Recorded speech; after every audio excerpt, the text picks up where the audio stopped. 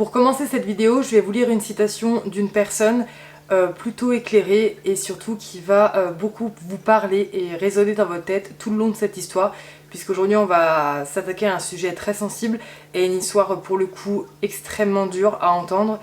Donc je vous la lis.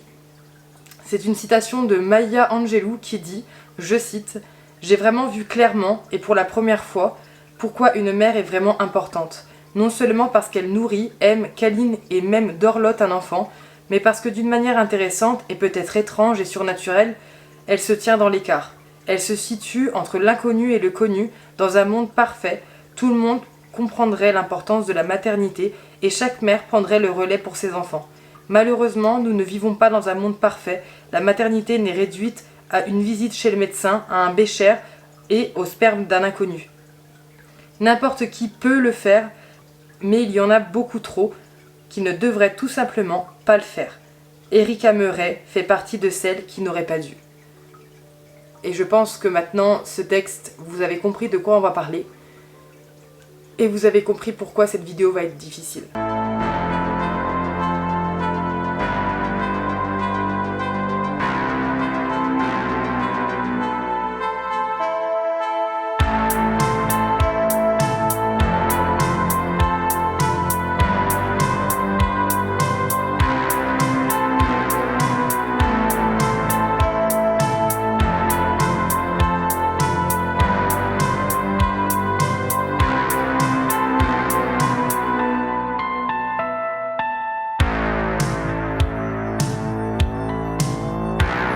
Mais avant toute chose, je voulais vous rappeler qu'il est important, si vous ne l'avez pas déjà fait, de vous abonner à ma chaîne si vous aimez mon contenu, d'aimer cette vidéo quand vous l'aurez terminée bien évidemment, d'interagir avec elle via les commentaires si vous avez envie, et de ne pas oublier que j'ai une boutique en ligne si vous avez envie de vous faire plaisir ou plaisir à des proches en offrant un cadeau original.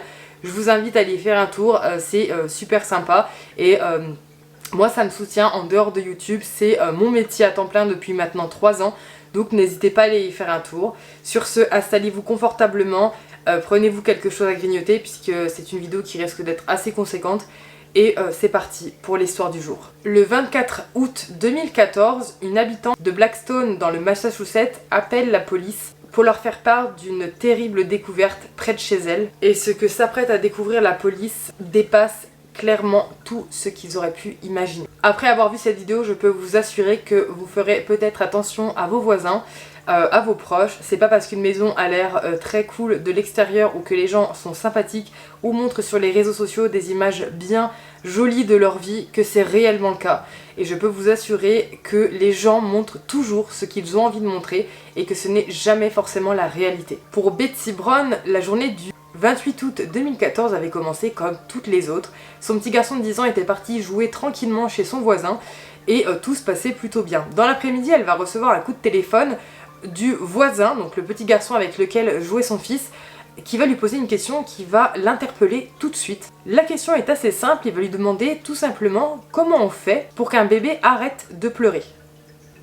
C'est une question plutôt simple, il n'y avait rien d'alarmant à proprement parler, mais Betty s'alerte tout de suite puisqu'elle n'a aucune connaissance d'un bébé chez ses voisins. Donc de suite, elle raccroche le téléphone et se rend immédiatement chez son voisin parce qu'elle sait qu'il n'y a aucun bébé là-bas. Donc c'est pas normal que le petit garçon lui demande ça. Donc elle se rend au 23 rue Saint-Paul, ouvre la porte et au moment d'ouvrir la porte, une odeur abjecte lui entre dans les narines à tel point qu'elle fait un bond en arrière tellement l'odeur est saisissante. Mais elle va prendre son courage à deux mains puisqu'elle entend des cris de bébé effectivement dans la maison et s'alerte tout de suite vu l'état de la propriété. Déjà l'odeur, elle s'imagine bien qu'il y a un gros problème et que des enfants à l'intérieur ne sont pas censés y être.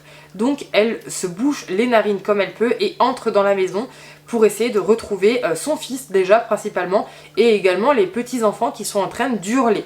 À la limite de vomir, Betsy enjambe des tas énormes d'ordures, de nourriture pourrie, couverte d'asticots pour atteindre la chambre à l'étage où la plus jeune, âgée de 5 mois à peine, criait à plein poumon. Betsy a été horrifiée par ce qu'elle a vu. Le bébé était allongé au milieu d'un matelas si épais d'urine et d'excréments qu'il s'était effondré et formé une dépression semblable à un berceau. Je vous laisse constater par les images que je vous mets pendant que je raconte. Elle va tout de suite se rendre dans les autres chambres à l'étage et elle va voir une autre petite fille qui semblait avoir été plongée aussi dans des excréments tellement elle était sale et elle puait. La petite fille était recroquevillée sur elle-même, se tenait les genoux et se balançait d'avant en arrière comme si elle était complètement... c'était devenu un toc. Et sa tête, la tête de la petite, se retrouvait quasiment à chaque fois dans le matelas plein d'excréments. Vraiment c'était dégueulasse. Betsy a enveloppé les bébés avec elle dans sa chemise et a appelé évidemment tout de suite la police parce que là il y avait un sérieux problème. Quand la police elle est arrivée d'ailleurs très rapidement, un appel d'urgence a été lancé tout de suite à la division de la famille et de l'enfance puisque là il y avait clairement signe de maltraitance. Les enfants, au nombre de 4 dans la maison, ont été immédiatement retirés de la maison et transportés d'urgence à l'hôpital vu dans l'état où ils étaient. Ensuite, les agents sont entrés dans la maison, évidemment non sans mal, avec l'odeur qu'il y avait dans la maison. À la recherche d'enfants, ils ont évidemment lutté contre l'envie de vomir, alors qu'ils faisaient face à des montagnes de couches sales, de nourriture pourrie, d'excréments, d'urine, d'insectes, de rongeurs et d'asticots partout où ils regardaient. Je vous laisse imaginer l'état de la maison. La propriétaire des lieux et la mère des enfants s'est pointée tranquillement quelques minutes après. Elle est rentrée chez elle avec sa fille âgée de 13 ans qui pour le coup était propre sur elle, bien habillée, la petite fille de 13 ans. Elle avait même un téléphone portable, elle était vraiment d'extérieur. Erika et sa fille, donc la propriétaire était Erika Murray, je crois que je ne l'ai même pas dit, je suis tellement dans cette horreur. Elle rentre avec sa fille et c'était vraiment une mère et sa fille, tout ce qu'il y a de plus banal. Quand je vous dis que l'habit ne fait pas moine. Donc évidemment tout de suite la police a demandé à Erika de s'asseoir sur le porche et l'a fait sans rechigner, elle l'a fait. La division des familles et des enfants est venue la voir pour lui dire que les 4 enfants lui étaient retirés et qu'ils avaient été placés à l'hôpital. Et bah croyez-le ou non, mais Erika Murray avait l'air complètement indifférente à cette nouvelle. Elle n'était pas surprise, elle n'était pas choquée, elle n'était pas triste, elle n'était pas énervée, rien. Aucune émotion.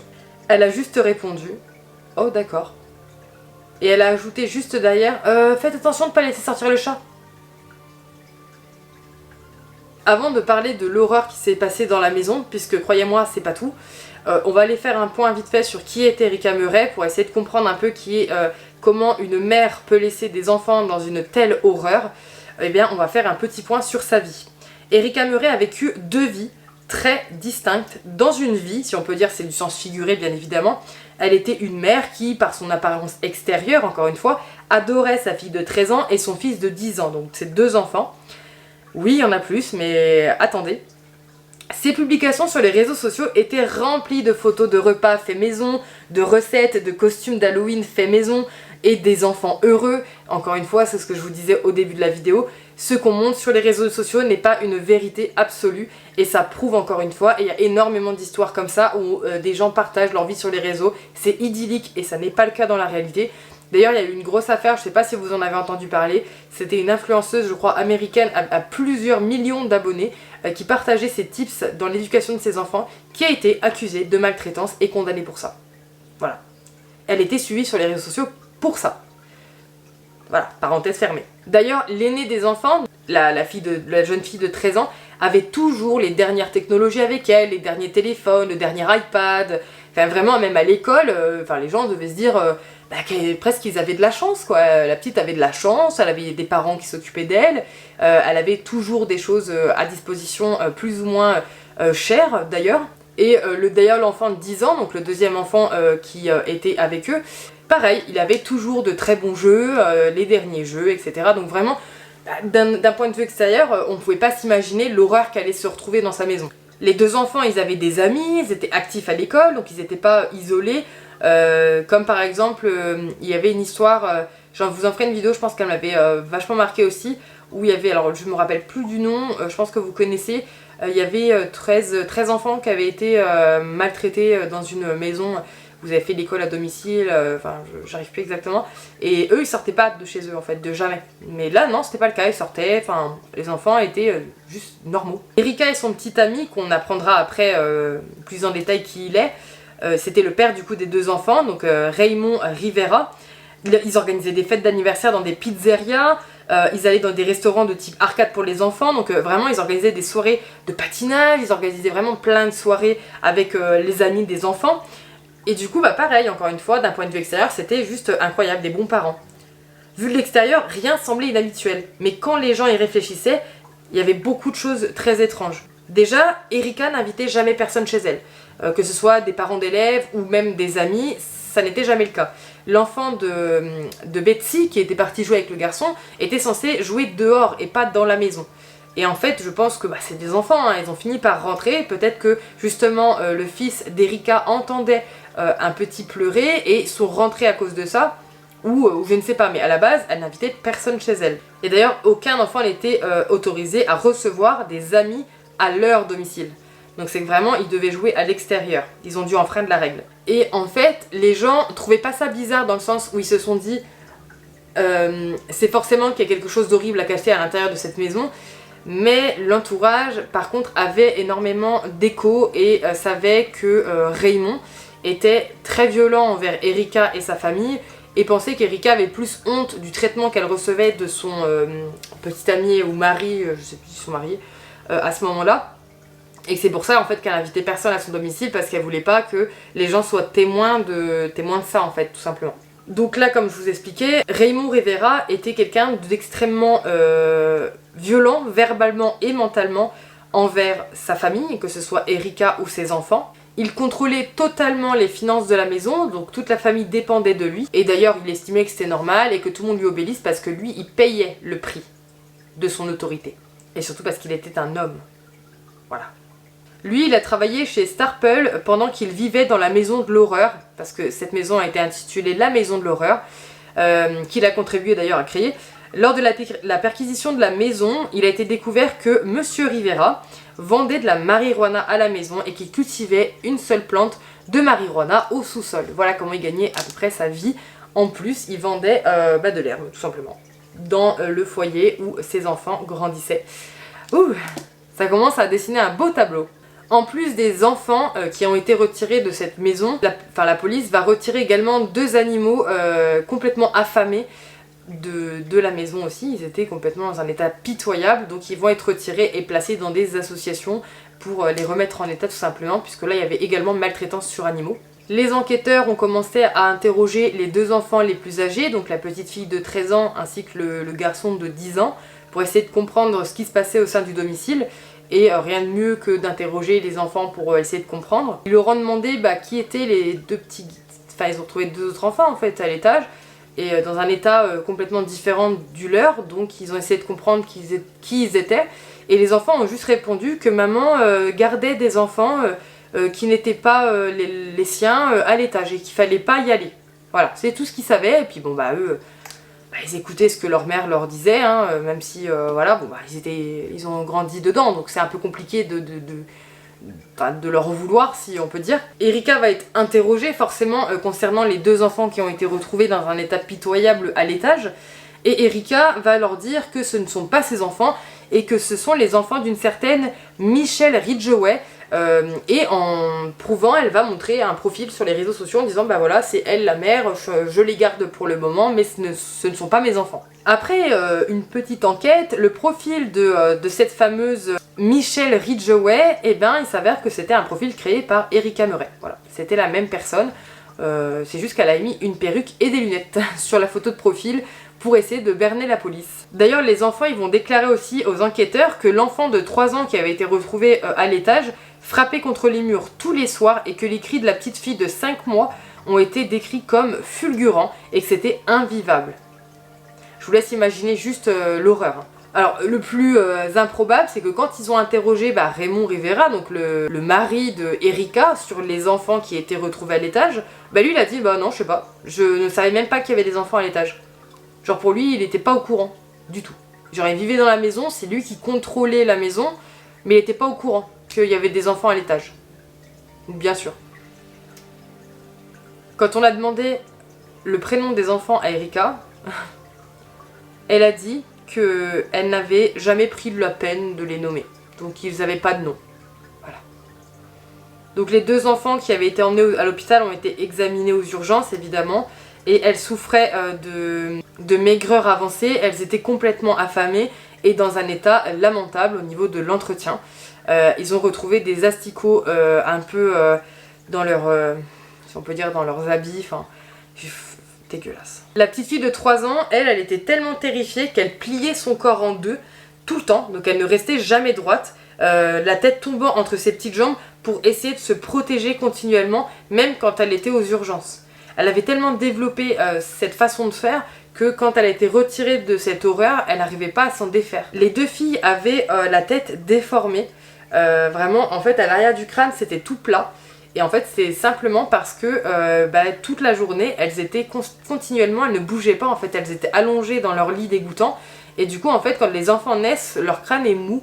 Je sais pas si vous le savez mais le crâne est tout mou au début, il se forme au fur et à mesure. Et en fait vu qu'il restait constamment allongé, le crâne s'est formé et s'est soudé plat. Les 2 enfants n'avaient aucun tonus musculaire, donc ils n'avaient quasiment pas de masse musculaire puisqu'ils ne bougeaient pas. La petite de 3 ans, elle, était incapable de parler et ses pieds étaient incapables de supporter son poids, tellement elle n'avait pas de muscles. En plus des asticots qui ont été retrouvés dans leurs vêtements, ah, attends, ça c'est un peu dégueulasse, il y a des asticots qui leur ont été retirés de leurs oreilles, dans leurs cheveux et dans leurs couches qui étaient évidemment remplies d'excréments et qui dataient pas de la veille. Voilà. Bon appétit. La maison a été condamnée, une équipe d'enquêteurs s'est évidemment très fortement équipée pour pouvoir affronter l'horreur qui les attendait dans cette maison pour la fouiller tout simplement puisqu'ils se sont dit vu la tronche de la maison et les enfants, il y a des chances qu'il y a des choses qu'on ait loupées, donc une équipe d'enquêteurs bien protégée va fouiller entièrement la maison et on va se rendre compte que on n'avait pas encore tout découvert. Et surtout on recherchait évidemment n'importe quoi qui pouvait attester avant de passer sur du test ADN que les enfants étaient bien les enfants d'Erika Murray, parce qu'on pouvait aussi soupçonner un enlèvement, hein. Ça pouvait être le cas puisque vu la négligence et que les enfants n'étaient absolument jamais sortis, on pouvait soupçonner ça. Donc ils cherchaient aussi des documents qui pouvaient attester ou prouver la naissance, vous savez, un certificat de naissance de ces enfants. Ils ne le trouveront jamais. Et d'ailleurs, Erika Murray dira qu'ils ne le trouveront pas, tout simplement parce que elle avait donné naissance aux 2 bébés dans sa baignoire, toute seule, et que du coup, elle leur avait pas donné naissance dans un lieu officiel et qu'elle les avait juste jamais déclarés. Et d'ailleurs, Erika dira, plus tard, qu'elle avait jamais parlé à Rivera ou à ses enfants plus âgés, des plus jeunes, parce qu'elle était, entre guillemets, gênée. Et savait qu'elle n'avait pas les moyens de les payer, en fait, d'assumer et d'entretenir ses enfants. Donc soi-disant que le père n'était pas au courant et que les enfants n'étaient pas au courant. Par contre les enfants, elle les entendait crier toute la nuit. Je sais pas comment elle a pu se dire dans sa tête que personne n'avait remarqué qu'à l'étage de la maison il y avait 2 enfants qui pleuraient et qui... Enfin je sais pas. C'est incroyable. Donc les enquêteurs continuent leur avancée horrible dans cette maison. Et ils vont arriver dans la chambre du garçon de 10 ans, donc le garçon qui était autorisé lui à sortir. Et ils vont fouiller dans le placard du garçon, puisque c'est une perquise. Et ils vont retrouver dans le placard 2 sacs à dos qu'ils vont prendre. Et là c'est l'horreur absolue. Dans l'un des sacs se trouve le squelette complet d'un chien, dans l'un des sacs à dos. Donc il y a déjà un animal mort dans le sac à dos, dans la chambre de l'enfant de 10 ans. Je vous laisse imaginer l'odeur, mais je vous laisse imaginer juste l'odeur dans la maison. Et dans l'autre sac, les enquêteurs vont trouver le squelette complet d'un fœtus avec le placenta encore accroché. Dans le placard de l'enfant, encore une fois. Donc là déjà, c'est l'effarement, les enquêteurs sonnent l'alerte, donc ils se mettent à chercher encore plus, avec plus de détermination, et ils vont aller dans la chambre de la fille de 13 ans, et aller dans le placard également, et dans le placard ils vont retrouver 2 cartons, donc là ça va être leurs cœurs vont s'arrêter, et ils savent à peu près ce qu'ils vont trouver, et dans les 2 boîtes ils vont retrouver encore une fois 2 squelettes de fœtus, mais cette fois-ci plus de bébés puisqu'ils étaient quasiment à l'état squelettique, hein, mais ils portaient une couche et des vêtements, donc là on part sur quand même un enfant hein, qui a été, en tout cas il était habillé, ça on reviendra après, mais il était habillé. Donc là, ils ont retrouvé 3 fœtus, 3 squelettes en fait d'enfants dans des sacs à dos ou des cartons cachés dans les placards des chambres des enfants de la famille. Quand Erika a été interrogée à ce sujet, elle va admettre avoir donné naissance à ses enfants entre 3 et 5 ans avant qu'on les découvre, en fait 3 et 5 ans avant leur découverte là, et que c'était tout simplement des enfants qu'elle avait encore donné naissance dans sa baignoire toute seule, et que c'était pour elle des enfants morts-nés. Enfin, elle admettra un peu plus tard que l'un des enfants avait vécu à peu près une semaine. Parce que bon, après, je ne sais pas, je peux pas juger, honnêtement j'en sais rien. Mais des morts-nés, ils avaient une couche et des vêtements, il y en avait 2 qui avaient une couche et des vêtements. Un bébé mort-né, vu l'état, comment elle laissait sa maison et qu'elle traitait les enfants qui étaient déjà nés, est-ce qu'elle aurait pris la peine de leur mettre une couche et je sais pas. Franchement, ça me paraît hyper bizarre. Évidemment, Erika Murray a été arrêtée et accusée de 2 chefs d'accusation de meurtre au 2e degré pour les 2 bébés qu'elle avait pris le temps d'habiller. Puisque, comme je vous dis, on estime que pour elle, forcément, ils devaient être vivants en fait pour avoir pris le temps de les habiller. Que le fœtus retrouvait squelettique sans habit, non, possiblement, mais que les 2 autres, pour le coup, si. Elle a également été inculpée d'un chef de dissimulation d'une mort fétale hors mariage, de 2 chefs de coups des blessures sur un enfant causant des blessures corporelles importantes, et de 2 chefs de mise en danger par inadvertance, et de 2 chefs de cruauté envers les animaux. Elle avait énormément de chefs d'accusation contre elle en fait, puisque là on avait déjà la maltraitance sur les enfants qui sont retrouvés dans la maison, dans un sale état, affamés, etc. On avait les 2 animaux qui ont été retirés aussi de la famille affamés, donc la maltraitance animale. On a retrouvé un squelette de chien dans un des sacs et on a retrouvé 3 fœtus squelettiques dans des placards, donc forcément elle avait énormément de chefs d'accusation à son encontre. Son copain, lui, il s'est présenté devant le tribunal avec lui 7 chefs d'accusation, 2 chefs d'accusation de coups et blessures sur un enfant ayant causé des blessures corporelles importantes, 2 chefs d'accusation de mise en danger par inadvertance d'un enfant. Alors moi j'ai du mal avec ça, par inadvertance, mais pardon, c'est pas du tout... je trouve que c'est pas adapté, mais bon. 2 chefs d'accusation de cruauté envers les animaux et 1 chef d'accusation de culture de marijuana. Voilà. Lui il avait aussi ça. Donc Erika Murray va choisir de faire son procès devant une seule juge et pas un jury.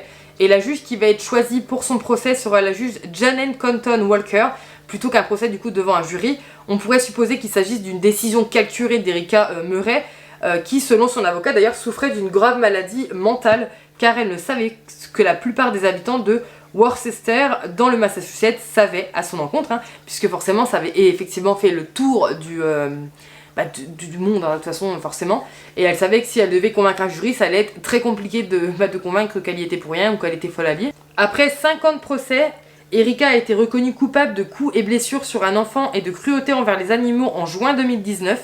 La juge Janet Compton Walker a déclaré Erika non coupable de meurtre au 2e degré lors du procès au banc en raison de ses problèmes de santé mentale. Oui, elle y est échappée. Bien qu'il ait été prouvé que Erika avait la capacité mentale de falsifier des documents lorsqu'elle demandait de l'aide pour ses factures d'énergie et de manipuler le public en lui faisant croire que la vie était normale à l'intérieur de cette maison. Pour ça, elle était douée, la femme. Le juge a quand même conclu que ces actes n'étaient pas ceux d'une intention criminelle, mais de déficience mentale. Donc elle s'est fait, donc ils ont pris le parti qu'elle n'était pas réellement en pleine capacité mentale pour assumer ce genre d'actes. Donc c'est pas grave si elle élève... Raymond Rivera, lui, il a été condamné par la juge Janet Compton Walker à 4 ans et demi et 1 jour de prison, avec un crédit pour le temps purgé depuis décembre 2014 pour un chef de coups et blessures sur un enfant ayant subi des blessures graves. Il a pris 2 ans et demi dans la maison de correction du comté de Worcester avec un crédit de 136 jours purgés pour 2 chefs d'accusation de mise en danger d'imprudence d'un enfant. 3 ans de probation pour cruauté envers les animaux et possession de marijuana. Un chef d'accusation de coups et blessures sur un enfant ayant subi des blessures graves ont été rejetés. Donc les fœtus en fait tout simplement. Donc aucun des 2 parents n'a été reconnu coupable de meurtre concernant les fœtus retrouvés squelettiques dans leur maison. Parce que la juge a estimé que malheureusement il n'y avait aucune preuve que les bébés étaient nés vivants et qu'on ne pouvait pas prouver qu'ils étaient vivants à la naissance et qu'on pouvait pas prouver qu'ils étaient morts nés. En fait, c'était très compliqué de prouver ça. Et du coup, on pouvait pas condamner les 2 pour ces chefs d'accusation là. Donc histoire de résumer, comme ça, 3 bébés sont morts, 2 autres gravement négligés, qui n'avaient même pas de nom. Les deux autres qui vivaient dans une décharge ouverte dans leur maison. Mais les responsables, eux, vont purger leur peine de prison uniquement pour cruauté quasiment envers les animaux et possession de marijuana. Voilà. Fin 2014, le comté de santé de Blackstone a déterminé que la maison resterait une nuisance pour la santé et la sécurité publique si elle restait en place. Donc un ordre a été envoyé à Christina Rivera pour démolir la maison. Et c'est le mois suivant, le 21 octobre 2014, que la maison unifamiliale à 2 étages a été détruite. Les débris ont été dilués par les pompiers de Blackstone lors de la démolition en raison de la poussière et de l'odeur rance qui s'échappait du site.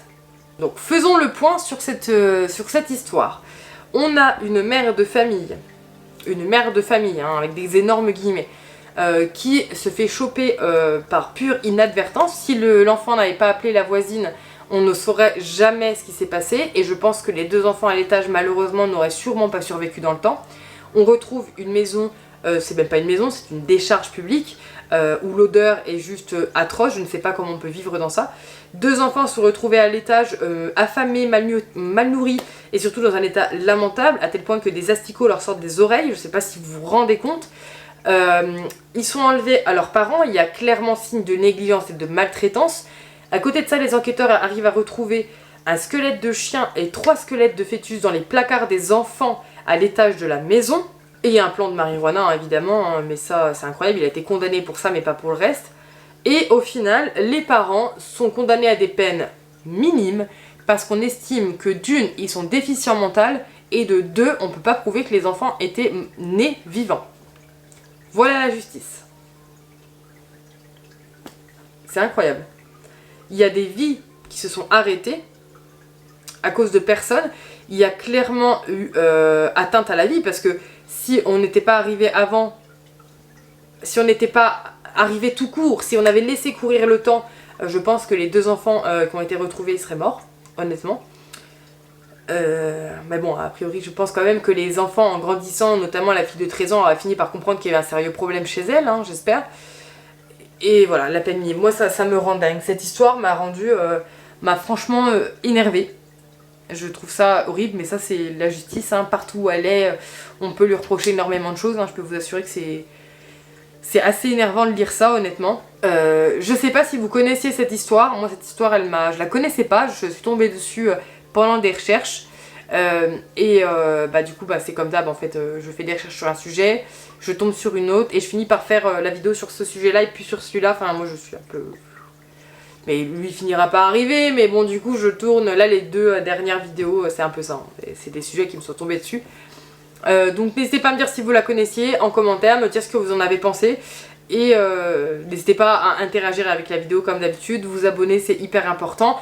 N'hésitez pas à faire un tour sur ma boutique en ligne, ça me ferait hyper plaisir. Et sinon, écoutez, je vous souhaite une excellente fin de journée, début de journée, peu importe à quel moment vous regardez cette vidéo, et je vous dis à lundi prochain pour une prochaine vidéo. Et sur ce, je vous dis adieu.